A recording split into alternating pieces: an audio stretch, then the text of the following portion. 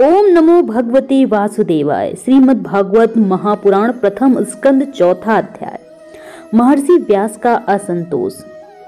व्यास जी कहते हैं, उस दीर्घकालीन सत्र में सम्मिलित हुए मुनियों में विद्या वयोवृद्ध कुलपति ऋग्वेदी सौनक जी ने सूत जी की पूर्वोक्त बात सुनकर उनकी प्रशंसा की और कहा। सौनक जी बोले, सूत जी, आप वक्ताओं में श्रेष्ठ हैं तथा बड़े भाग्यशाली हैं।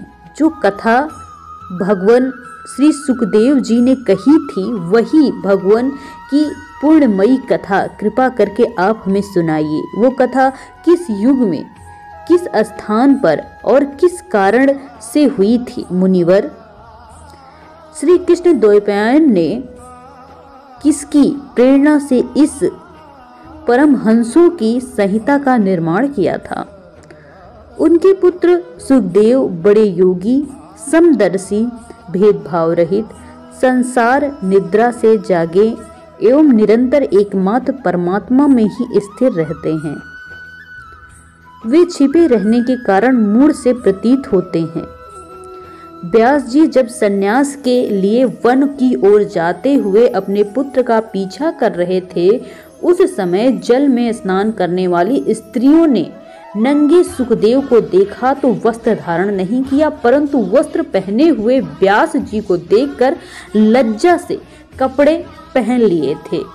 इस आश्चर्य को देखकर जब व्यास जी ने उन स्त्रियों से इसका कारण पूछा, तब उन्होंने उत्तर दिया कि आपकी दृष्टि में तो अभी स्त्री पुरुष का भेद बना हुआ है, परंतु आपके पुत्र की दृष्टि में भेद नहीं। कुरु जंगल देश में पहुंचकर हस्तिनापुर में वे पागल, गूंगे तथा जड़ के समान विचरते होंगे। नगरवासियों ने उन्हें कैसे पहचाना? पांडव वंदन नगरवासियों ने उन्हें कैसे पहचाना? राजश्री परीक्षित का इस मौनी सुखदेव जी के साथ संवाद कैसे हुआ, जिसमें ये भगवत संहिता कही गई? महाभाग श्री सुखदेव जी तो गृहस्थों के घरों को तीर्थ स्वरूप बना देने के लिए उतनी ही देर उनके दरवाजे पर रहते हैं जितनी देर में एक गाय दुही जाती है। सूत जी, हमने सुना है कि अभिमन्यु नंदन परीक्षित भगवान के बड़े प्रेमी भक्त थे। उनके अत्यंत आश्चर्यमय जन्म और कर्मों का वर्णन कीजिए। वे तो पांडव वंश के गौरव बढ़ाने वाले सम्राट थे। वे भला किस कारण से साम्राज्य लक्ष्मी का परित्याग करके गंगा तट पर मृत्यु पर्यंत अनशन का व्रत लेकर बैठे थे? शत्रुगण अपने भले के लिए बहुत सा धन लाकर उनके चरण में रखने की चौकी को नमस्कार करते थे। वे एक वीर युवक थे। उन्होंने एक दुस्तज लक्ष्मी को अपने प्राणों के साथ भला क्यों त्याग देने की इच्छा की? जिन लोगों का जीवन भगवान के आश्रित है, वे तो संसार के परम कल्याण, अभ्युदय और समृद्धि के लिए जीवन धारण करते हैं। उनमें उनका अपना कोई स्वार्थ नहीं होता। उनका शरीर तो दूसरों के हित के लिए था।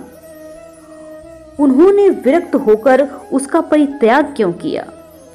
वे वाणी को छोड़कर अन्य समस्त शास्त्रों के आप पारदर्शी विद्वान हैं।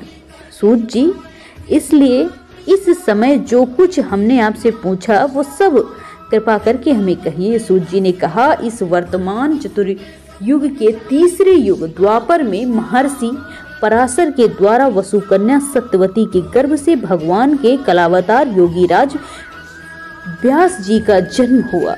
एक दिन वे सूर्योदय समय सरस्वती के पवित्र जल में स्नान आदि करके एकांत पवित्र स्थान पर बैठे हुए थे।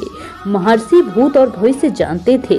उनकी दृष्टि अचूक थी। उन्होंने देखा कि जिसको लोग जान नहीं पाते, ऐसे समय के फेर से प्रत्येक युग में धर्म संकरता और उनके प्रभाव से भौतिक वस्तुओं की शक्ति का ह्रास होता रहता है। संसार के लोग श्रद्धाहीन और शक्ति रहित हो जाते हैं। उनकी बुद्धि कर्तव्य का ठीक ठीक निर्णय नहीं कर पाती और आयु भी कम हो जाती है। लोगों की इस भाग्यहीनता को देखकर उन मुनीश्वर ने अपनी दृष्टि से समस्त वर्णों और आश्रमों का हित कैसे हो इस पर विचार किया। उन्होंने सोचा कि वेदोक्त चरुहोत्र कर्म लोगों का हृदय शुद्ध करने वाला है। इस दृष्टि से यज्ञों का विस्तार करने के लिए उन्होंने एक ही वेद के 4 विभाग कर दिए। व्यास जी के द्वारा ऋग्वेद, यजुर और साम और अथर, इन 4 वेदों का उद्धार यानी पृथक्करण हुआ। इतिहास और पुराणों को 5वां वेद कहा जाता है।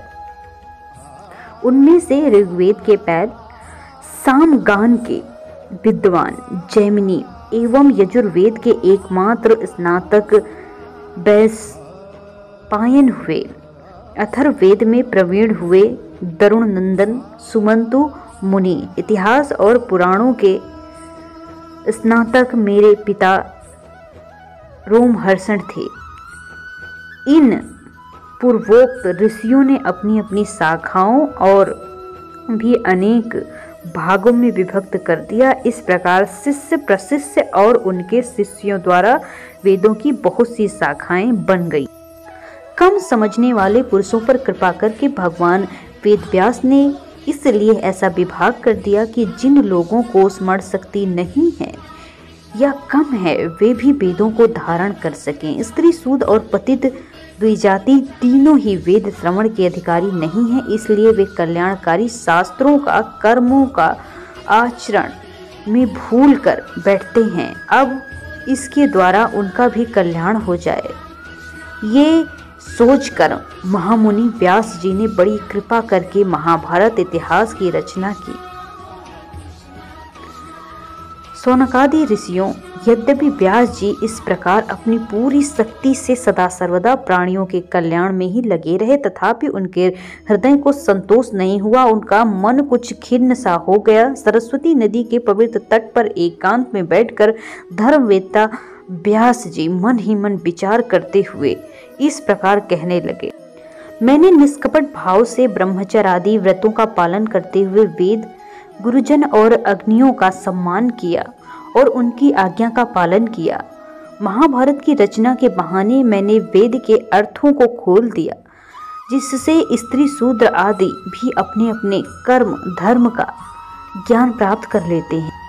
यद्यपि मैं ब्रह्मतेज से संपन्न एवं समर्थ हूँ, तथापि मेरा हृदय कुछ अपूर्ण काम सा जान पड़ता है।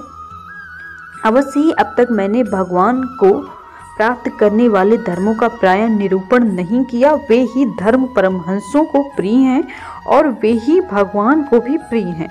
हो न हो मेरी अपूर्णता का यही कारण है। श्री कृष्ण द्वैपायन व्यास इस प्रकार अपने को अपूर्ण सा मान कर सब खिन्न हो रहे थे। उसी समय पूर्वोक्त आश्रम पर देवर्षि नारद जी आ पहुँचे। उन्हें आया देख वेद व्यास जी तुरंत खड़े हो गए। उन्होंने देवताओं के द्वारा सम्मानित देवर्षि नारद की विधि पूर्वक पूजा की।